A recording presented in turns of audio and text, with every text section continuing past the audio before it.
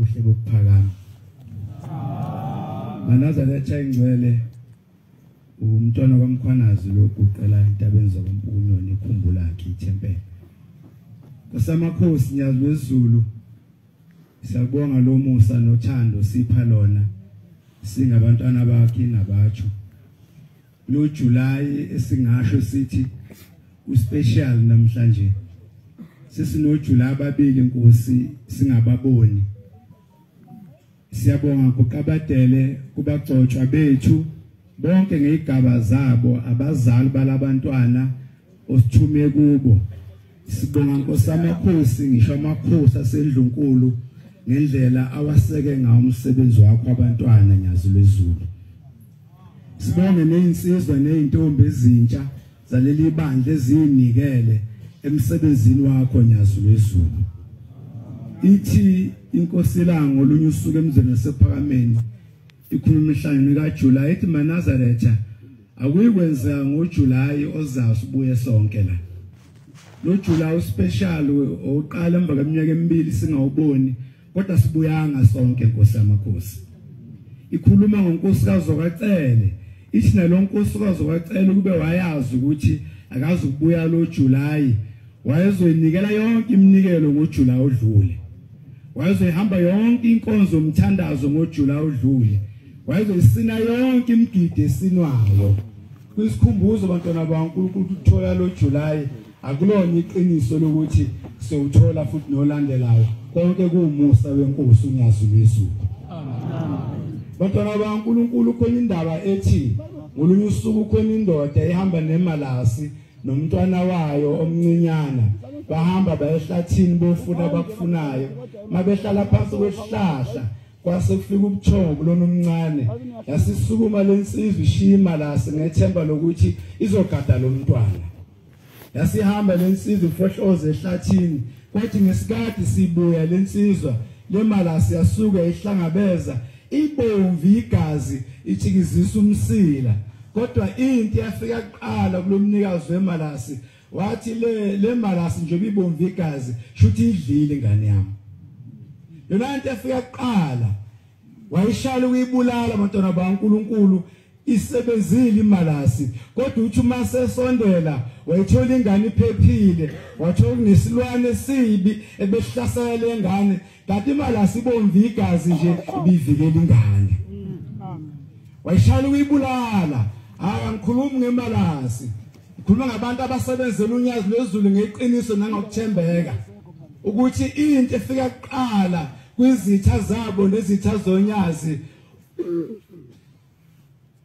bazokubiza ngephekula bazodlumnikelo into efika kuqala umsebenzeli uNkulunkulu ngeqiniso uzohlaselwa sifisa bonke abantu abasebenzela unyazi ngeqiniso bangaphela amandla asisebenze kakhulu kunaqala kodwa siqonde ukuthi mosebenzela ushembe ngeqiniso uzohlaselwa amphathe nalohlelo ohlalweni unyazi lwezulu kosamakhosi imalasi yafela isenzili isethembiso sokugada ingane kodwa kufika ngaqala ukuthi ivikelile ingane kwafika ukuthi uyidlile bayishayela ukufa unyazi lwezulu nje behlele esihlalweni nobuNkulunkulu balo kodwa into efika kuqala kubantu bathi akusona esali isihlalo namhla libuye eMozambique lo ndaba ziphume ngisho ephepheni kodwa mhla kuzongena icala ngoba isihloko esikhulu ephepheni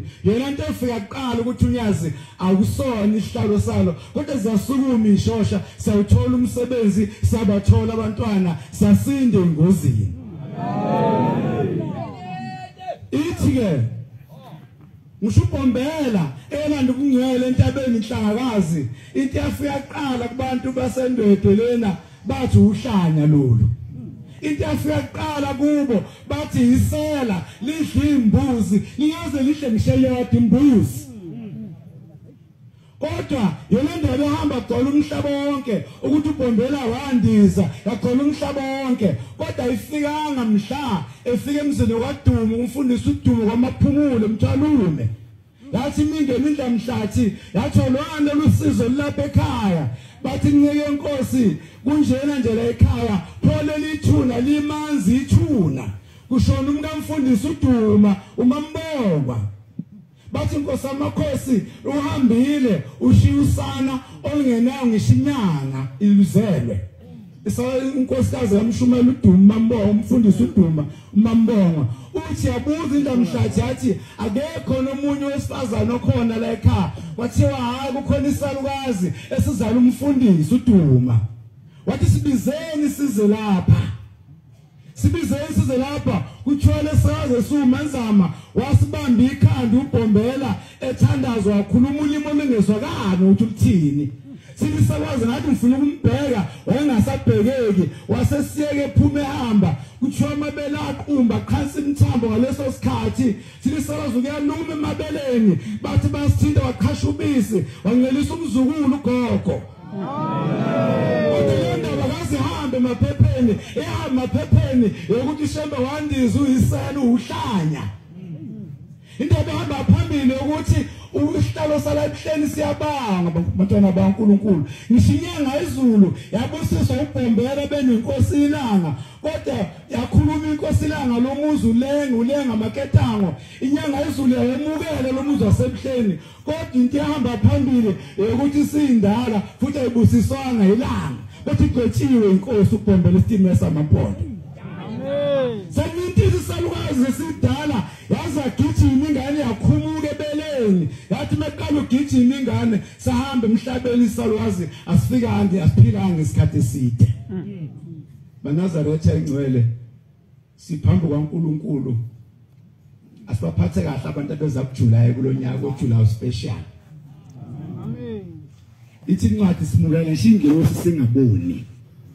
kuthiwe phambeni kwabafika indoda engabukeki ingcoli inhlathuka abantu bemasanga bathi isuka hamba la bayixosha le ndoda ithi inkosi maseparadise inkosi ilanga ithi ma inhliziyo yami ibhlungu kade kufika ubaba la izolo ngiyanamxosha ezosibona ihleli kanjani ukuphakameni bantu abasha sebekhulumile anti cela ukudlulisa ukuthi lo July kuze umsebenzi bashuma libelula asikade izinto ezintathu indawo ozobukuyona isikhathi ozobukuyo ngaso nento ozobuyenza ukuthi kuyahambisana yini zo 3 kuze lomhlangano ube muhle ube nokuthula asibheke izinto ezu3 indawo ozobukuyona isikhathi nalokho ozobukwenza ngomoya wakho lokugeja kodwa uzobusuphumile endleleni sisi umuntu ongena la ngenkana akaze ikhulu umuntu ephila ufika kubhede niphathe kahle nize ningayikhuluma indaba zabantu abadala ukuthi umfundisi kwacima wayenjani sizokhuluma ngomsebenzi kaNkulunkulu siyajabula Nkosi George abashumayela abasha abasuka kunabasha sibona ngisho abafundisi siyajabula Nkosi umsebenzi wakho uzohamba kahle bagcotsha kabika abashumayeli bamanje sebebuzwa mawugcotsha ukuthi wena uzohamba nobani wena uzoba ngakubani ngokubani kwani ngoba phela singabonyazi sonke ayisuka Nkosi kusisiza lapha Lathe yisiphamba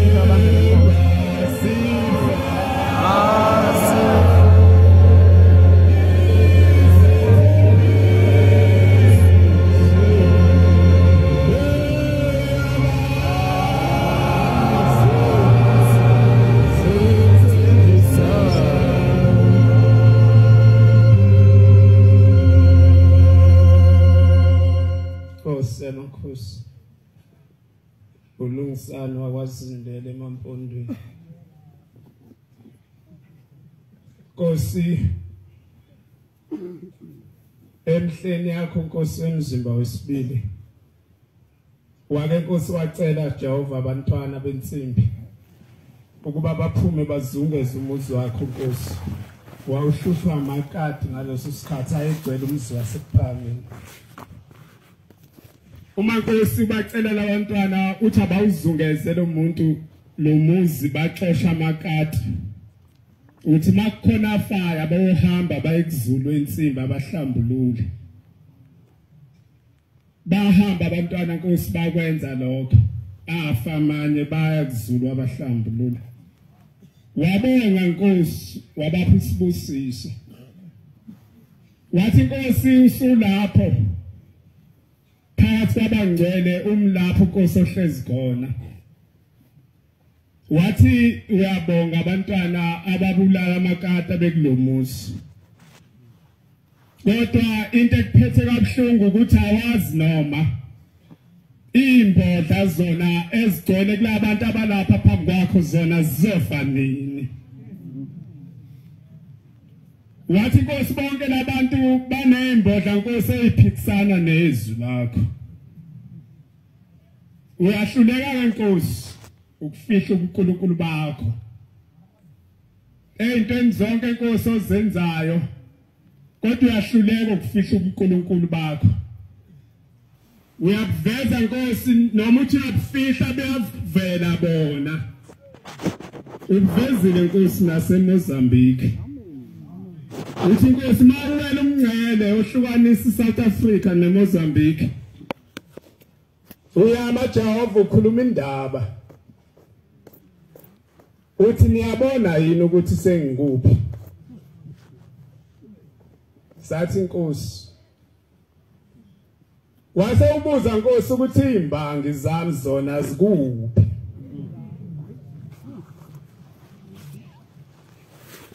Uthi uNkulunkulu lithi mina ngiyanibona. Ngicabanga ukuthi mina nguNkulunkulu waseSouth Africa. Njengoba ngilapha abanye eSouth Africa banomsindo ukuthi bakuyaphi. Bakhohliwe ukuthi mina ngiyena uNkulunkulu waseSouth Africa. Kodwa nguNkulunkulu waseAfrika.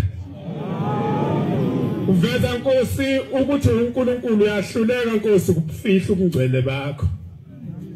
Ngapha ngakithi emampondweni Nkosi yakuyabana umthetho ubeka esizweni. Yathi le Nkosi kulesi sizwe sayo uma umuntu ona ephula umthetho wesizwe uyawuthathwa lo muntu ayise emphangweni wemalasi. Zifike izimudlezelo zemalasi bese yafa afele lapho. Kwaba umthetho obusisizwe. Bayisebona abantu. Bathathwa bayiswa lapho. Zifike imalasi zenze ezikufundisiwe. Njengoba ihleli lapho imalasi zihleli nabantu. Abayiphekelayo abayiklinayo abazenza yonke into ukuze zibe sesimweni sokwenza lo msebenzi. Bona abantu bona baba baningi bonke bafele lapho bedliwa imalasi. Kwasebona umuntu omkhulu. Bona umuntu osaduze kakhulu neNkosi. Bona umuntu oyisandla sokuphosa sale Nkosi ebekela umthetho. Kwasethi umthetho omunye umile. Naye Nkosi akayikhona. Wayesabizwa. Kwathiwa indoda seyonile esizweni ebizwa iNkosi wathi yebo ndaba izitha. Wathi yawazi umthetho. Nawe kufanele uye lapha kuleza imalasi. Yasayitshela lensizwa. Yathi indaba ezithi angiphike lutho. Futhi anginqabe lutho kodwa ngiyacela Nkosi. Ungiphe Nkosi iviki elilodwa. Ngiyokuvalelisa ihlotsheni nakubangani nakubathandiweyo bami. Yathi Nkosi kulungile. Ungahamba kodwa ngosuku lokuthi ubuye uzela. Yayisihamba lensizwa. kodwa yangaya kuvalelisa yabonakala iqhamuka kulomphando wemalesi kwathuka abantu ngoba lo muntu omkhulu uyahlonishwa uyisandla sokuphosa senkosi ufunani lapho uzonzani ithi lensizwa ngimvakashele ukuba ngizobona ukuthi lento eniyenza la yenziwa kanjani lezi malasi lani ziklina kanjani niphakela kanjani yayisihlala nale malasi laphela iviki isikwazi nekuyidlalisa nephunga lakhe seziyalasi wasekhona komkhulu wathi inkosi sengikulungile ukuba ngiye emphandweni wezimalasi sengikulungele inkosi ukuba nami ngiye kobulawa ngihambe ngezizinja ziyongidla yayisithi inkosi mqhubeni bakhona abantu kanjalo abadalela ukuqhuba abantu nje mqhubeni base bemqhuba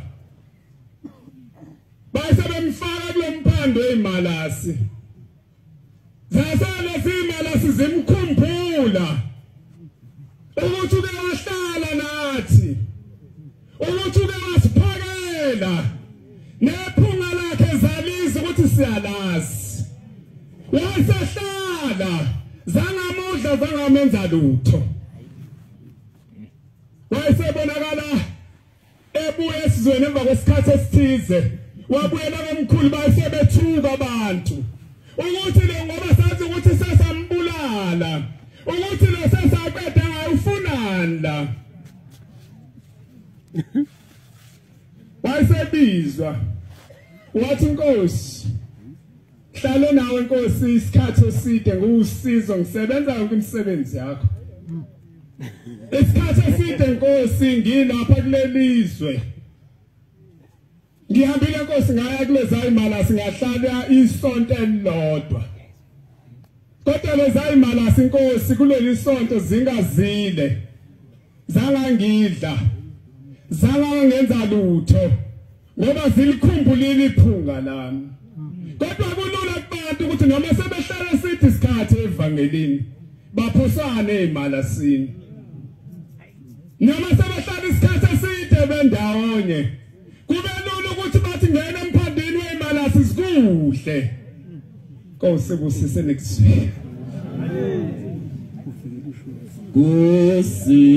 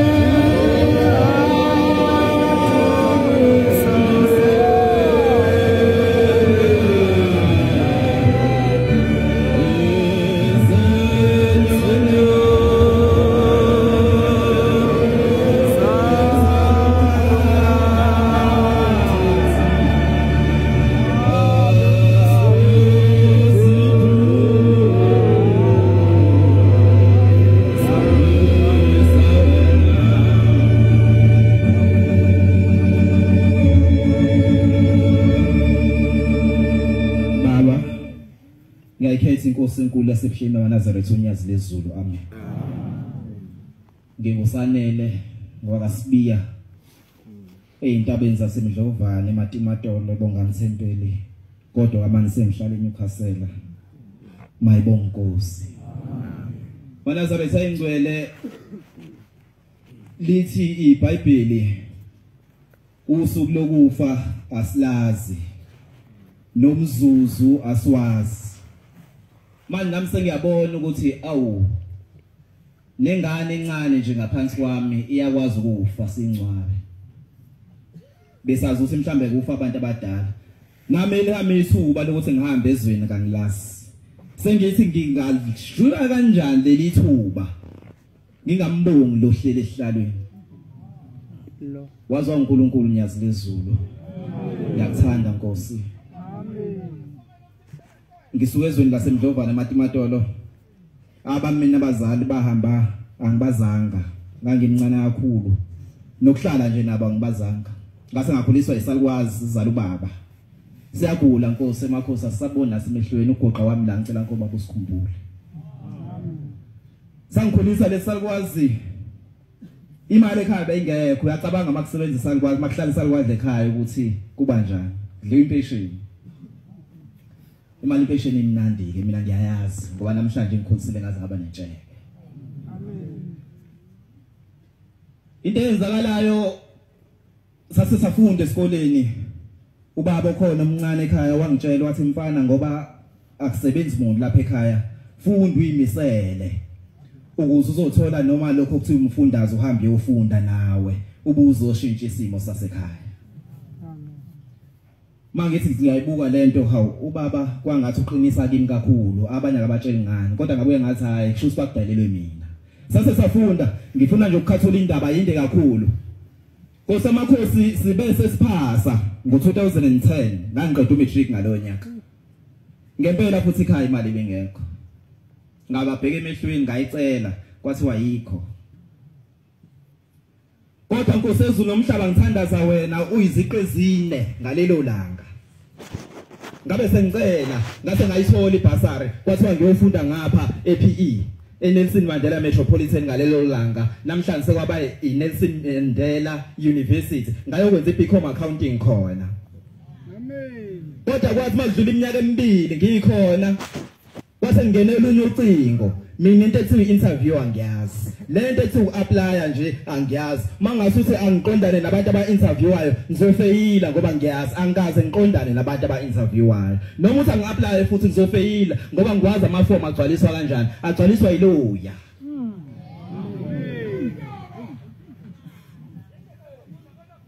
Kwase ngena ucingo kwathiwa sikhuluma noSanele ngathi uye. Kwathi why sibokile lama results kwangathi waphasa kahle mfana. Sifuna abantu sa recruiter manje, sifuna abantu abazohamba beyofundela ubudokotela. Base ngathi mina hawu kuphi na kanjani? Ngoba nga-apply lento angiphendula ngisho ukuphendula. Kwathi why vele ikhaya leSouth Africa kayisekho. Sifuna abantu abazohamba beyofunda eCuba. Kwase kwathiwa kodwa ke woza sizolungisa amaphepha, alungisa amaphepha kwaphela yonke into. Kwase kushaya ithuba lokuthi sesihlangene. Izinsizwe sahlangana nazo mahlangana. Ngangiyibona ngehluthu. Abanye ngiyazi ihluthu angibabonanga. Ngase ngibaqoqa bafowethu ubaba ungapha ngenhla. Asambeni siyobika ukuthi Nkosi amakhosi sibonga ibhasari sesitholile siyahamba sezweni esingalazi siyofunda. Amakhosazana ngwabonanga ngoba khona wayeqreshile. Akhona futhi nawe elifakile ibhlukwe. Kanti yala ekhaya sikwazi kwenza lokho. Samasifika ngase ngicela ngathi kuba umshumayeli wayekhona ngase ngathi ngisicela ukuthi sihambe siyobika kubaba ngoba sithola ithuba elifana leli sasisadedelwa yasiyabika indaba ukuthi siyahamba siyothola ibhasi lase liphuma izwe elihle lathi lihambe nenkosi inkosi ngibusise. Amen. Samasifika baba khona. Ngase ngihlangana nabo futhi abafowethu sisitholile isibusiso izwi lenkosi lithe inkosi sibusise. Usethe omunye umfana kaMakhoba eFryhead uthi nami ngihambile ngayocela kubaba ngicela uhambo oluhle. Uthi wakubese ngibuza ukuthi niba ngaki nje banihamba nyala lapha yana na. uthi ngibese ngiphendula ngathi inkosi angazi ukuthi sibangaka wathi hayi nizofike nibe ba u36 kusho loya washa u2012 sagibela mawufika lapha kulelali ugibela la eThekwini uye eWarthambo iBhanoyi usuke eWarthambo uye eFrance eParis iBhanoyi usuke eParis uye eCube iBhanoyi ama ayo23 usemoyeni kulokhu uthi nyazi lezulu alingaphahlazeki nami amen bese sibe sithi lizophahlazeka kanjani nathi sesiphuma kuwe wasikhipha isibusiso amen cabanga iBhanoyi sekuthiwa liphahlazeke nama Nazareth onyazi enonyaka lwakhe ehlele ehlalweni bakuzoziwa emhlabeni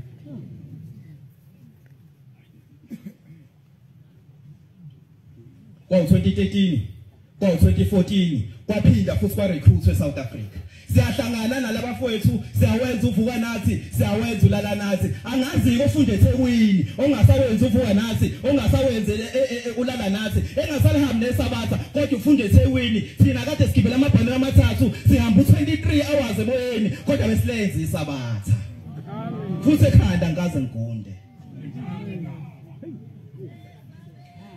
kwathi manje uJuly baka 2014 sesenza umcimbi thizeni sesibafethu so contributor ke otika abanje kambe sibangaki siyasimabala 1 2 3 4 5 safika 36 lavuka leya gama lelana ukuthi la sunyazi sibaba 36 impela uNkulunkulu yasilezulu ngiyabonga amen ekhaya kithi namhlanje izindlu kade ziwa kodwa ngeke iphinde ziwe ngoba sekukhona mina uNkulunkulu uphendula umthandazo kaGogo zana ubaba ngoba yena ngeke samphendula kodwa umphendule ngami ngiyacela Nkosi ngicela uba yigobolondo baba ungisebenzise nasemsebenzini mangingena ngimfishane ngesidumbu kodwa mangingena bayathemba impela baba basuke bebona wena basuke ngaboni mina amen Nkosi kusise ngizulu amen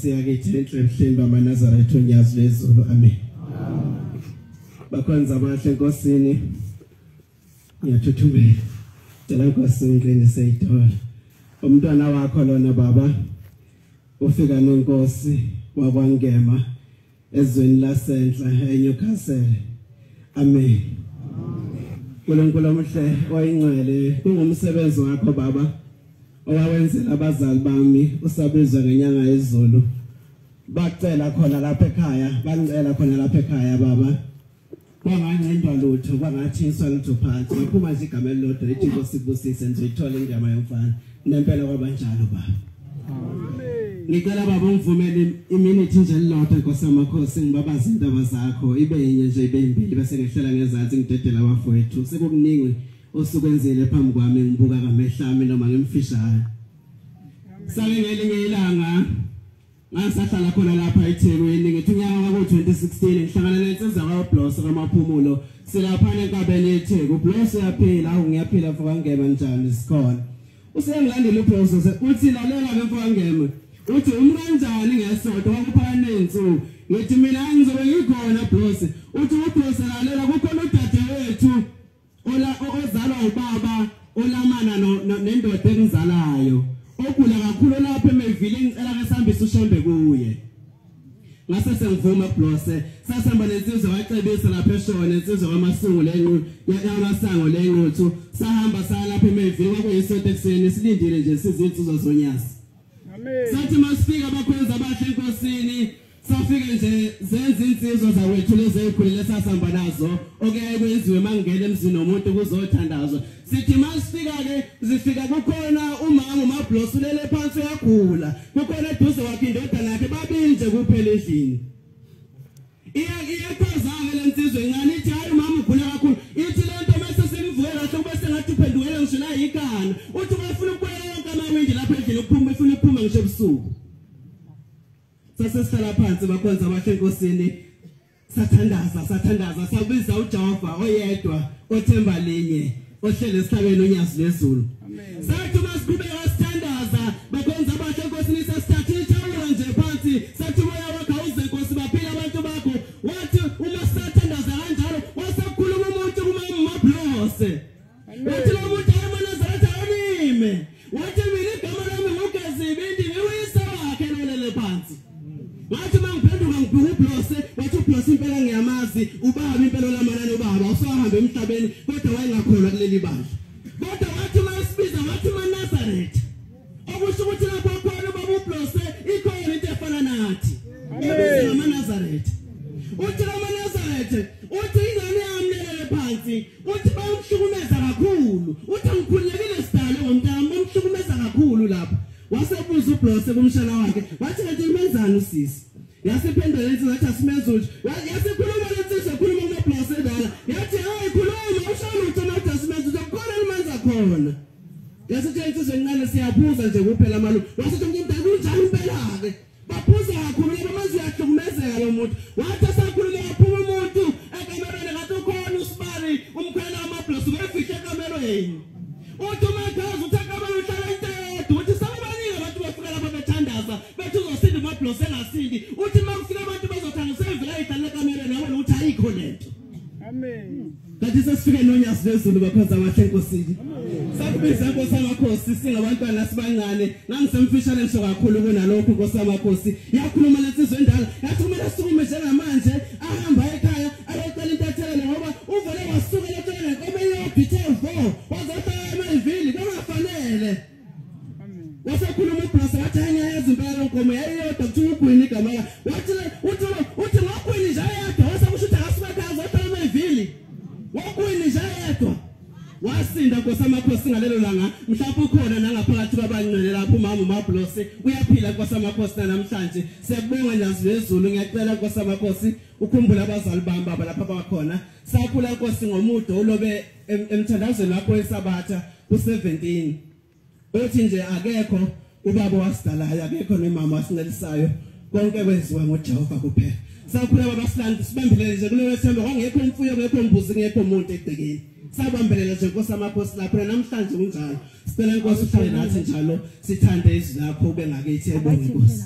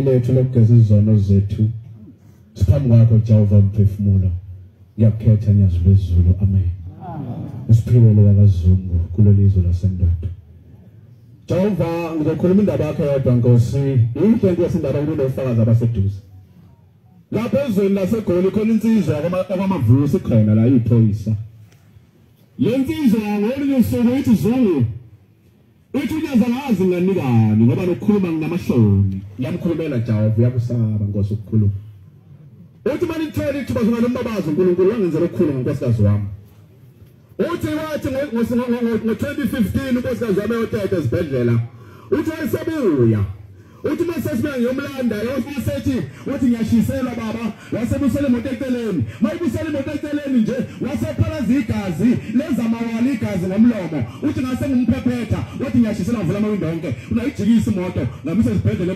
eSeptember wangena khona mangena khona bathi labo dokotela Mr Mavuso unkosikazi wakhe usifo esibi inhliziyo yakhe iphampa kabi ukhitheka igazi namanzi ayiphambi akaphili umuntu nje lomisa umngcwabo wakho nakuphela uthi ngase ngilale epaki ngilinde umngcwabo unkosikazi wami uthi bamcela ngabenza yonke into bamzama uthi bahluleka futhi udokotela wesevenda waphuthuma weSeptember uthi mayifika lapho kuyena wathi Mavuso kunensizwa asemnambethi ehamba emhlabeni ebinalesifo asebishiye umuntu wena lesumngcwabo kuphela kanti azi khona umhayiphala kuthinda abasengozini usibhale into maphezulu umuntu wasebuhleni asibakhutha abaningi unyazi wasezweni khula Jehova sakuthanda baba amen Bathi lensizwa ngoba sengifela kubuza wasebuhleni ngathi ngibike enkosini unyazi lozulu umkami ngenzela noma yini kulo ukhona lemakhefa lapha Nkosi ngcono ngoba ukhona uthi ngenzela mhlambe ungibike enkosini wasayibika enkosini ukuthi ngikholwa ukuthi ngibikile ngase ngicela omunye abazali laba bantu ngacela omunye ngambika uthi wasengibika wathi hayi ngibikile enkosini lithe izwi ngizwile ngale nkosikazi ngekafe bakusho wena Jehova ubantu uthi ngaba singabayethemba uthi ngangihlala uthi ngoyuso ngathi ngiphaka labo esibhedlela uthi wasevula imishini wathi kwena amehlo wathi myeni wami unyazi uNkulunkulu uthi ngathi nani wathi lalela uthi ngathi sitsalalela wasecimela thawu ubefika uthi uNkulunkulu unyazi uNkulunkulu kuphela usahamba njalo uthi wasevula amehlo uthi hayi uthi yabona lapha njengamanje ngale nginonyazi ebusuku uthi belihamba namakhosana abayinsizwa abenzensimbi abafana eshangena uthi behamba phambi kwakhe uthi amaceleni kunamanzi efaka ibhola emnyama etayisini brown uthi bekunamanzi lapha ebewakhahlela ethi bafana lamanzi bathi ibhola lami ngizalikhona ukuthi ubani sizokushisana lamanzi baphethe umshayela bafana bayishalela amanzi bayashalela utheze mawala bayashanele kanti uNkulunkulu ushayela amanzi ushayela amakheso esibhedlela eSeptember ukhona uyaphila uthi wathi besefika lokho dokotela wasedokotela Mr Mavuso ngiyazi ukuthi unkosikazi yakho wahamba bathi awukhona uthi kanjani uthi uyaphila uthi eva naye bathi nale patient lemlingo ngawe nyazi wezulu ezweni elithize baba khona abantu umuntu abane wasola ngokuthakatha wakutholakala ubufakazi bakhe ukuthi ababulala abantu wonke umndeni wodwa wasala insizwa yodwa kulelizwe lekhaya yaba yinye uma isele insizwa walefana umuntu abantu babulele washona umthakathi iqala emhlabeni yahlala lensizwa nayo yasihamba emhlabeni yasimfika emzini ekhazimulayo engaphakathi komuzi yathi hawu ufunani lapha wena ngoba abazali bami abakho abazali bami ngawe uhlalele lapha uthi lensizwa hawu ngiyakuzwa ukushoyo kodwa ngithema ngifaka balindi bomuzi bathi ngingene ngifanele ungena ngaphakathi ithi noma sengena ngahlala ngaphakathi ithi hayi wena ufanele wasebakhona umvunge ezulwini nasebuhleni abakhona umsindo bazokwazi usumnazo umuzi ukuthi kunomsindo wayesethe lapha esitezi sakhe wayehlala lapha kulabo bantu wathi wenze njani bathi hayi Nkosi kufana insizwa ithi manje sola umuntu ukuthi ufolani lapha ngoba wabulala abazali bakhe ithi Nkosi njengamanje phumani nobabili niba umsili endaweni engafanele mase ngiphakathi izindela sikhonza unyazi usengifikile ukujaya wasema nongena emkhabela kumusa wasesitezi sifike ngomusa wakhe wasehlala wayesebakhishwa ubabili wathi ngoba sengibona ukuthi olungcono kunomunye wena ufuna ukuhlala lapha yena akafanele phuma nonke waliwa wangasho ukuthi baba umshumela wami sesiphambi konyazi asikhona uJehova silinde sizakhe yedwa ngoba uyena ophethe konke Thixo ngiyabonga kwesibili kuzulu